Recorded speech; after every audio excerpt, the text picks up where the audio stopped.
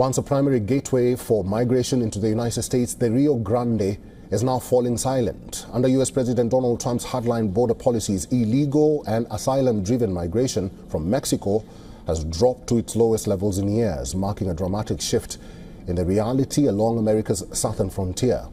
U.S. officials say attempted border crossings have collapsed by more than 95% since late 2023, turning what was once a constant flow of migrants into a trickle.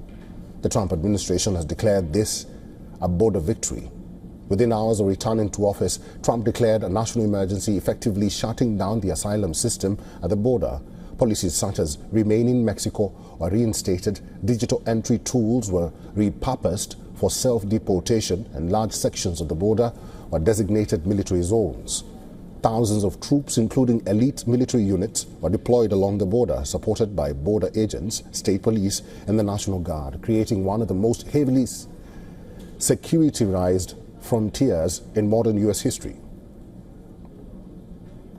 At the same time, the administration intensified interior enforcement, stepping up deportation flights and imposed travel and visa restrictions on dozens of countries, making the cost and risk of migration far higher and the chances of staying far lower. The impact has been swift.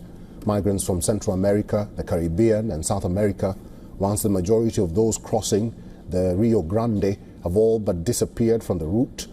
Officials say no one detained at the river in recent months has been allowed to remain in the U.S.